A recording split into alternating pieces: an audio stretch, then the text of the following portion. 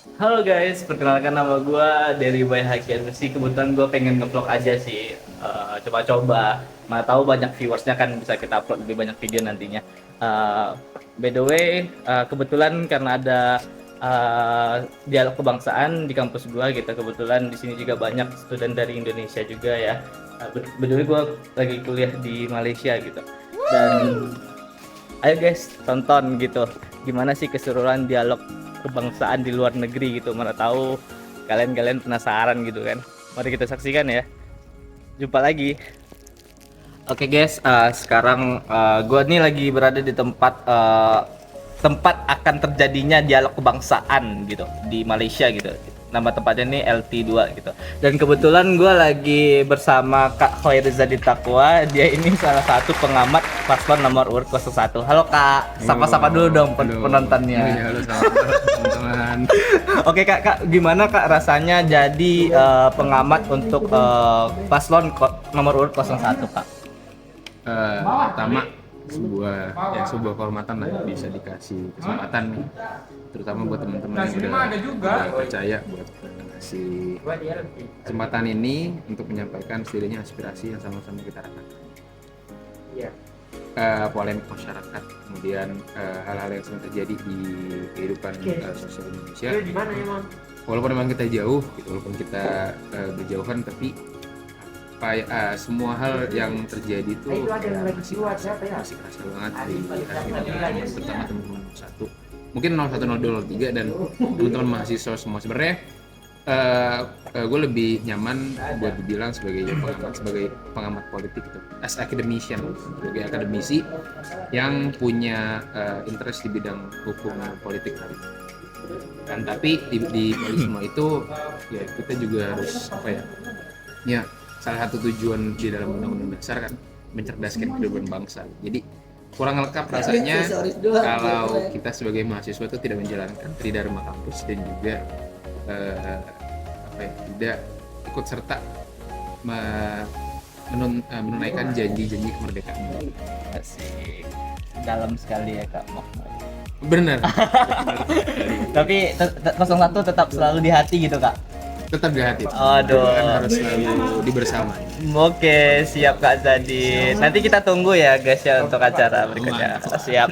Kebetulan juga di sini apa namanya? Ada pengamat paslon 02. Ini bersama Kak Arven Fajar. Halo Kak, sapa dulu Kak. Aduh, Kak gimana Kak rasanya menjadi pengamat untuk paslon nomor urut 02 Kak? Jadi pengamat rasanya gimana itu sebuah tanggung jawab. Jadi kita harus menyuarakan suara rakyat. Baik buruknya kita harus kritisi bareng-bareng untuk kemajuan bangsa bersama. Gitu ya. Waduh. Nanti kita tonton aja. Tonton aja, siap. Amin. Tapi kayaknya dialog kebangsaan kali ini seru ya Kak ya? Insya Allah Seru. karena di sini kan banyak orang-orang hebat juga. Asik. Tadi udah berbincang juga kan dengan pengamat 01. Karena 02 mungkin ada 03 sini. Wah. Para peserta juga bisa aktif juga. Wah, gimana Kak untuk para pendukung paslon 02 gitu Kak? Gimana? Kasih kasih motivasi atau gimana lah gitu untuk para pendukung 02 gitu. Minta itu dong. Dari saya mungkin ya tinggal kawal aja ya suaranya. Soalnya kan kita belum tahu hasilnya, jadi sama-sama kita bareng-bareng ikuti prosesnya, sama-sama kita kritisi juga. Nah, nanti kita lihat dan kita saksikan bersama-sama hasil Milu tahun itu bagaimana. Ya penontonnya nih guys, yang mau pengen masuk. Aduh, beberapa ini penontonnya juga nih. Gimana, apa pertanyaannya apa dulu? Yuk, Ya, gua pengen ngomongnya sama pengamat, sabar ya. Nanti pengamat dulu. Ini para audiensnya yang baru datang. Halo teman-teman, hari ini sekarang kita lagi bersama Kak, siapa namanya Kak? Kak Danu. Kak Danu Kusuma. Betul. Oke. Kak Danu ini adalah salah satu pengamat dari paslon nomor urut 03 ya Kak ya. Bisa kasih apa kata-kata untuk penonton atau yang ingin Kakak sampaikan sebelum Kakak menjadi pembicara untuk pengamat di depan nanti Kak. Oke, baik. Jadi seperti yang telah kita ketahui, kontestasi demokrasi di Indonesia yang berlangsung 5 tahunan kali ini, ya seperti yang kita ketahui sudah selesai. Namun apa efek yang terjadi setelah pelaksanaan pemilu itu masih terasa bahkan hingga sekarang. Hampir 1 bulan ya. Hampir 1 bulan setelah terjadinya pemilu, efeknya masih terasa hingga sekarang dan masih banyak yang menyatakan pihak yang kalah masih belum bisa sepenuhnya menerima, jelas karena memang banyak terjadi kecurangan yang secara masif terjadi dan bukan hanya di daerah-daerah kecil saja, tapi juga terjadi di daerah-daerah besar hingga membuat pemungutan suaranya harus diulang. Seperti yang terjadi di Kuala Lumpur hari ini, Kuala Lumpur mengadakan pemungutan suara ulang yang menandakan bahwa masih banyak kecurangan yang terjadi. Entah memang kecurangan ini terjadi akibat kelalaian dari KPU maupun memang sudah direncanakan oleh salah satu paslon yang memang ingin melakukan kecurangan ini juga masih belum bisa diketahui. Tapi sejauh ini untuk pemilu ini sendiri jujur kurang memuaskan. Ini bukan karena saya berada di pihak yang kalah ya dalam kontestasi ini, tapi memang secara umum pemilu kali ini sedikit mengecewakan. Oke Kak, terima kasih Kak dan Mbak, maksudnya pasti akan seru ya Kak ya. Betul. Pembahasan kali ini. Oke, jangan lupa ditonton ya Kak ya. Aduh, dialog kebangsaan di Universitas Al-Bukhari. Oke, Al-Bukhari. Aduh. Oke, halo semuanya. Kebetulan kenalkan ini namanya Sabila. Kak Sabila, halo. Dan dia adalah kepala departemen dari Penkastrat. Kak, boleh jelaskan Penkastrat itu apa, Kak? Waduh. Aduh. Jadi gimana nih, ini formal atau enggak? Setelah bebas. Ini kayak biar nggak kaku aja gitu. Intinya nggak kaku gitu, jadi lancar aja. Penkastrat itu singkatnya Departemen di PPI EAU, PPI Kampus ya, Persatuan Pelajar Indonesia, yang concernnya itu di bidang pendidikan sama kajian strategis gitu. Jadi harapannya dari kajian strategis yang dilakukan pemuda bisa berdampak kepada pendidikan gitu korelasinya. Ini departemen baru juga kan di PPI EAU. Begitu sih kurang lebih Penkastrat itu, guys. Jadi Kak, acara untuk hari ini tuh acara apa sih Kak yang akan berlangsung gitu, untuk malam hari ini? Acaranya namanya Dialog Kebangsaan. Sebenarnya lebih ke mengingatkan anak-anak Indonesia yang ada di Malaysia sih tentang pentingnya kebangsaan mereka, yaitu Indonesia, apalagi kejadian pentingnya adalah pemilu 2024. Jadi refleksi apa yang sudah dilakukan oleh kita, kemudian hasilnya sudah seperti apa, karena penting banget ya apa yang sudah kita lakukan direfleksi gitu. Jadi sama-sama juga menyampaikan kesan-kesan. Alhamdulillahirabbil alamin. Puji syukur kita panjatkan kehadirat Allah Subhanahu wa taala yang mana atas berkat rahmat dan karunia-Nya sehingga kita dapat bersama-sama berkumpul untuk menghadiri acara Dialog Kebangsaan sesi 2 PPI EAU 2024 pada malam hari ini.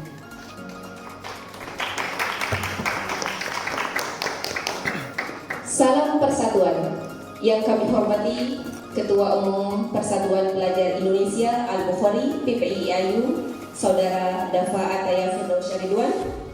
Yang kami hormati pengamat sekaligus narasumber kita pada malam hari ini, pengamat 1 Mas Khairuzadin Taqwa, pengamat 2 Mas Angga Arfen Fajar, dan pengamat ketiga Mas Tegar Danu Kusuma, serta yang kami hormati para hadirin sekalian yang berbahagia. Selamat malam dan selamat datang saya ucapkan kepada hadirin sekalian dalam acara Dialog Kebangsaan PPI EAU sesi 2 2024. Bersama saya Rizka Meka yang akan membawakan acara pada malam hari ini. Hadirin sekalian, marilah kita memulai acara Dialog Kebangsaan bersama merefleksikan proses pemilihan pemimpin bangsa periode 2024-2029 yang mengangkut tema usainya pesta demokrasi, sudahkah pas di hati?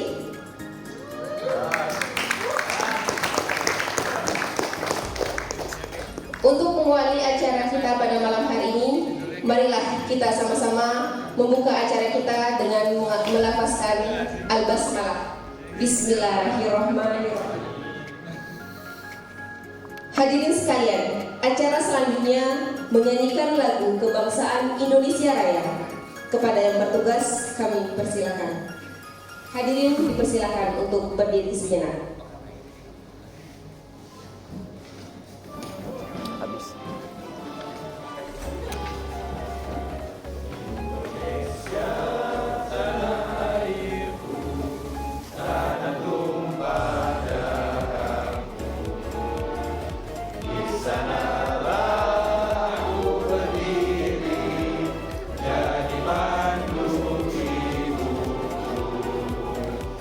Indonesia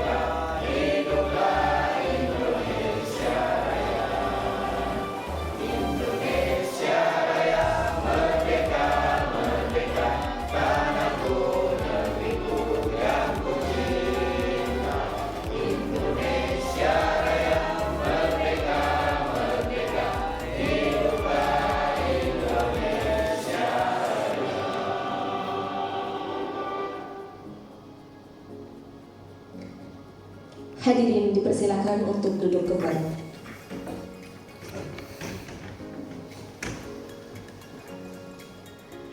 Hadirin Dialog Kebangsaan 2024 yang berbahagia, marilah sama-sama kita dengarkan sambutan dari Ketua Pelaksana Program Dialog Kebangsaan 2024, Saudara Muhammad Dafa Aulia Ridwan. Kepadanya kami persilakan.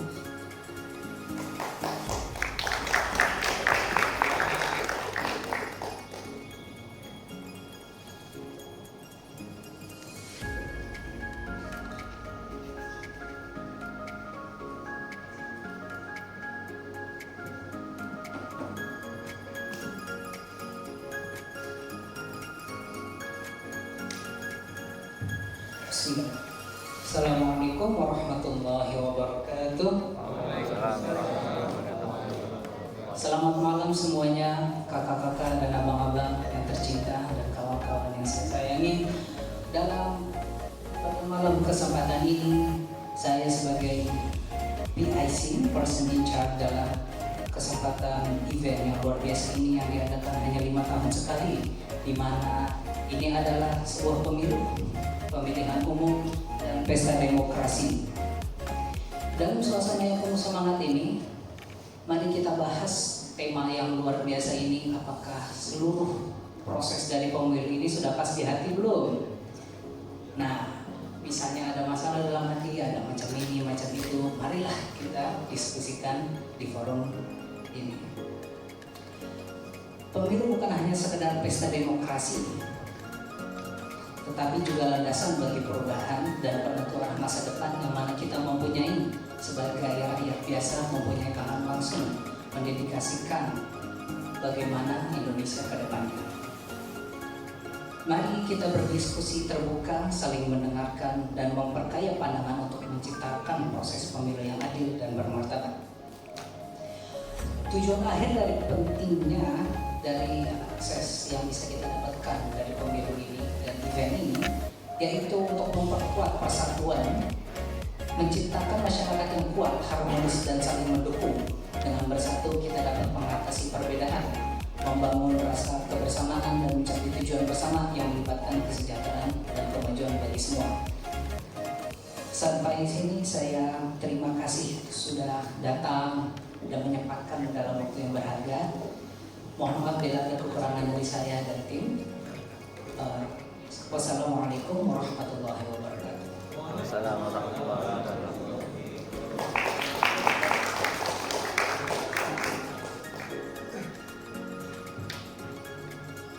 Terima kasih kami sampaikan kepada Saudara Muhammad Dafa Aulia Ridwan atas sambutannya. Selanjutnya sambutan yang kedua yang akan disampaikan oleh Ketua Umum PPII periode 2023-2024, Saudara Dafa Ataya Firdausya Ridwan. Kepadanya kami persilakan.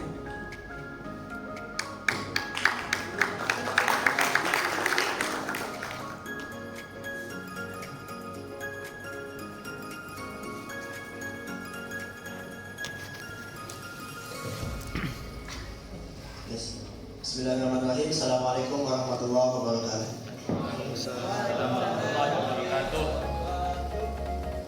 Yang terhormat tentunya Ketua Pelaksana ya, Ketua Panitia, Dafa juga sama kebetulan namanya.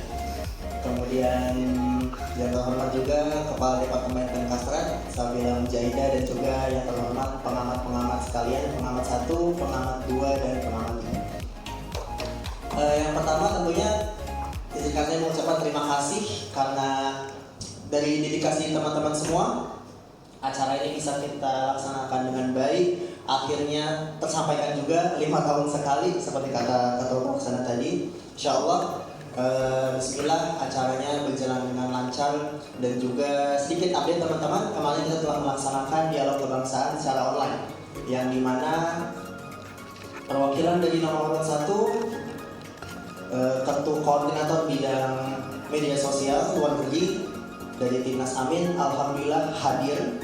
Kemudian perwakilan nomor 2 dari TKN Fanta Prabowo Gibran, alhamdulillah tidak hadir. Kemudian perwakilan dari nomor 3 Jubir Muda TPN Ganjar Mahfud alhamdulillah hadir teman-teman di acara online kemarin telah kita laksanakan dengan sukses. Insya Allah di malam hari ini kita akan melihat perwakilan pengamat dari nomor 1, 2, dan 3 tentang bagaimana mereka bisa merepresentasikan calonnya masing-masing di hadapan publik sekalian.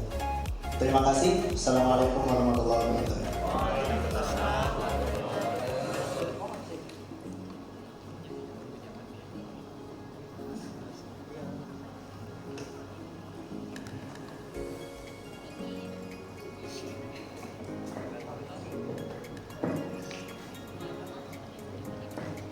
Terima kasih kami sampaikan kepada Ketua Umum PPIAYU periode 2023-2024 atas sambutan yang telah diberikan. Baiklah hadirin sekalian yang berbahagia, pemuda merupakan aset bangsa. Memenangkan suara pemuda kini juga berarti memenangkan pilihan berbasis gagasan intelektual dan kebijaksanaan. Kita tentunya ingin menatap masa depan melalui suksesnya pesta demokrasi yang menjadi penentu arah kemajuan kolektif bangsa ini. Maka kita akan segera masuk kepada acara inti, yaitu sesi diskusi dengan tim pengamat pasangan calon presiden dan wakil presiden 2024.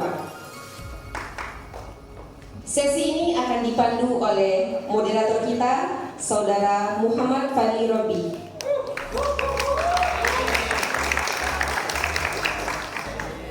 Baiklah, kami dengan ini serahkan acara Dialog Kebangsaan 2024 kepada moderator. Maka kepadanya kami persilakan.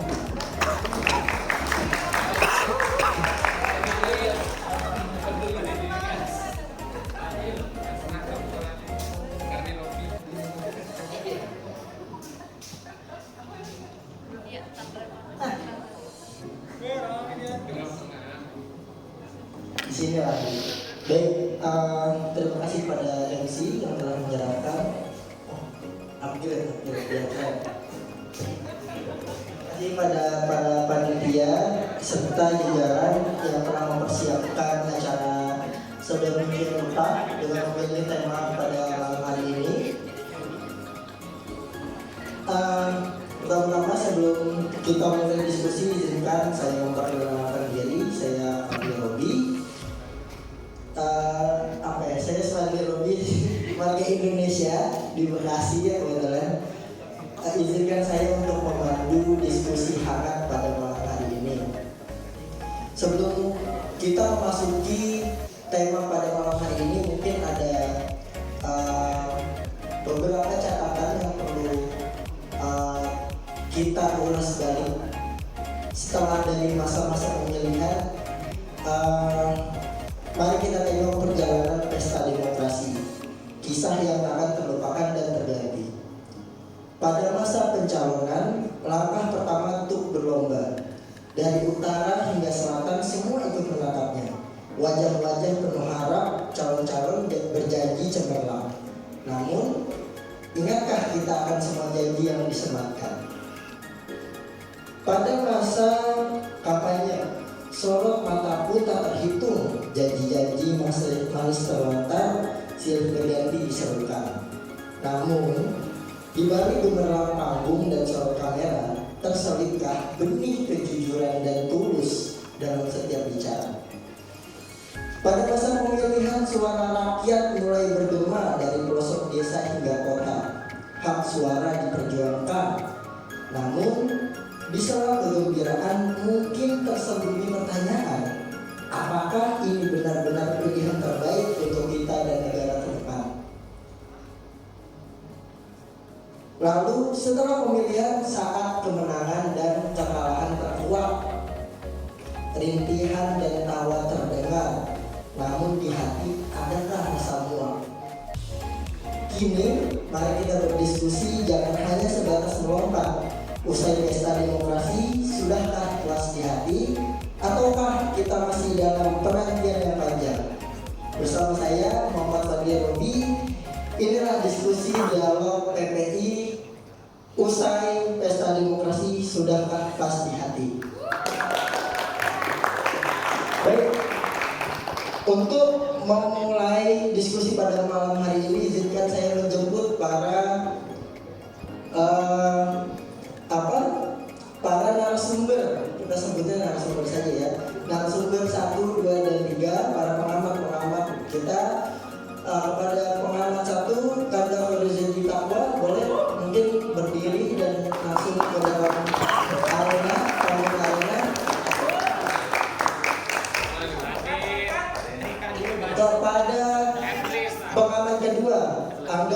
Alfred Fajar.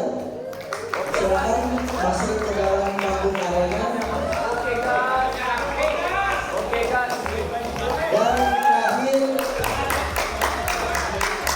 Dan terakhir pengamat ketiga yaitu Anda Danu, Mas Tegar Danu, silakan memasuki ruangan arena.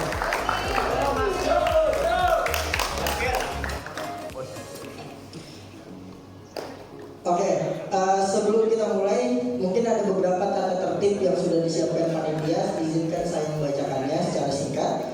Pertama, selama dialog berlangsung, peserta harus tertib dan kondusif. Kedua, materi atau pertanyaan tidak boleh mengandung unsur sara, pornografi, pornoaksi, dan unsur kebodohan. Ketiga, setiap pengamat diberi waktu 5 menit untuk memaparkan jawaban. Setiap pengamat diberi waktu 2 menit untuk menanggapi pertanyaan dari narasumber lain. Setiap pengamat diberi waktu beberapa menit untuk menjawab pertanyaan dari moderator dan 3 menit dari peserta. Setiap pengamat akan mendapat giliran berbicara dan tidak diperbolehkan memotong pembicaraan narasumber lain.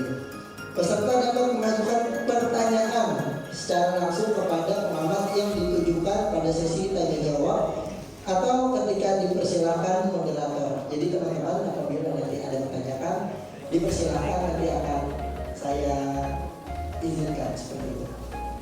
Lalu peserta tidak boleh mengeluarkan pertanyaan personal, tepatnya harus sesuai dengan tema dialog. Yang terakhir, moderator berdasarkan arahan tim acara berhak menghentikan jalannya dialog jika peserta maupun narasumber melakukan pelanggaran dalam bentuk apapun yang telah disepakati. Seperti itu. Oke, sebelum kita mulai, kita tanya kabarnya dulu lah ya, sebentar ya. Untuk Kanda Zanit, gimana nih kabarnya nih? Udah mau liburan nih. Tanya mentalnya. Gimana? Alhamdulillah masih dalam kondisi baik ya. Karena kita masih harus bekerja ekstra untuk mengawal Indonesia menuju emas lebih baik. Untuk Mas Arven nih gimana kabarnya?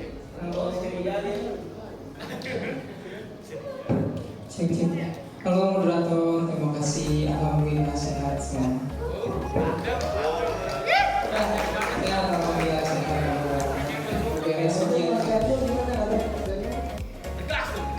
Baik, terima kasih kepada moderator untuk kondisi pada malam hari ini sedikit mengantuk ya. Tidak masalah, akan tetap jalankan diskusi. Tentunya kita akan pastikan pada diskusi malam hari ini tidak akan ada yang mengantuk ya. Betul, ya. Jadi memang tolong buat diskusi pada malam hari ini agar saya tidak mengantuk ya. Sebenarnya Siap mas, caranya biar gak ngantuk gimana nih? Salah satunya gitu. Apakah harus ada makanan atau kita?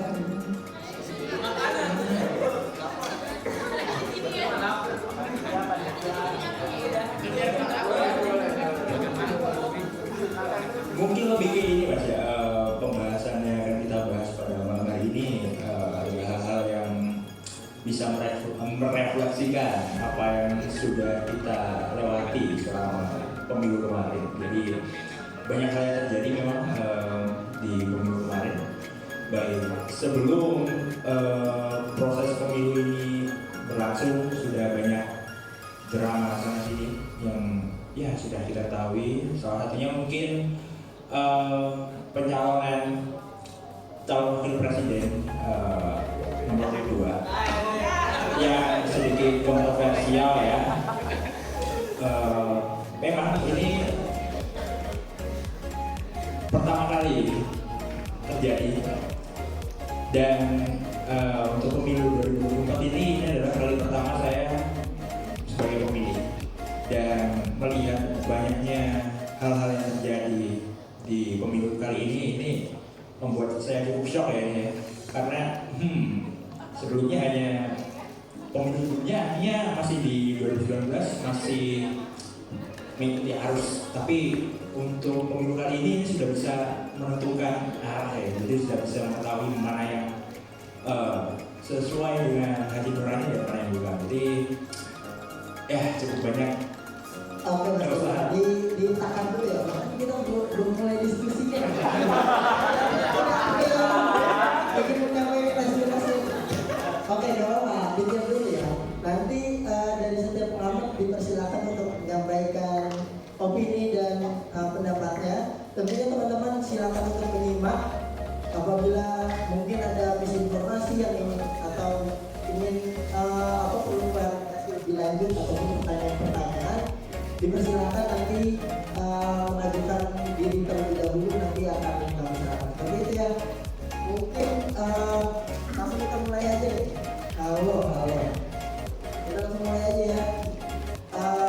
Setelah kita melalui kan tadi Mas Dani udah ngoleh nih dari mulai yang pencalonan dan lain-lain seperti itu kan. Kan udah melalui dari banyak tahap nih, udah mulai dari pencalonan, terus masa kampanye, masa pemilihan, sampai sekarang nih masa penghitungan ya kan ya. Mungkin mau ditanyain tentang poin penting aja sih. Poin penting yang bisa dari teman-teman dengan ini selama runtutan pemilu 2024 dan mulai sebelum, ketika dan pasca pesta demokrasi seperti ini. Mungkin dari Mas Dani boleh kita kilas balik lagi gitu. Mulai dari pendapatnya dari sebelum memulai dan juga masa kampanye dan saat ini nih, kayak gimana pendapatnya?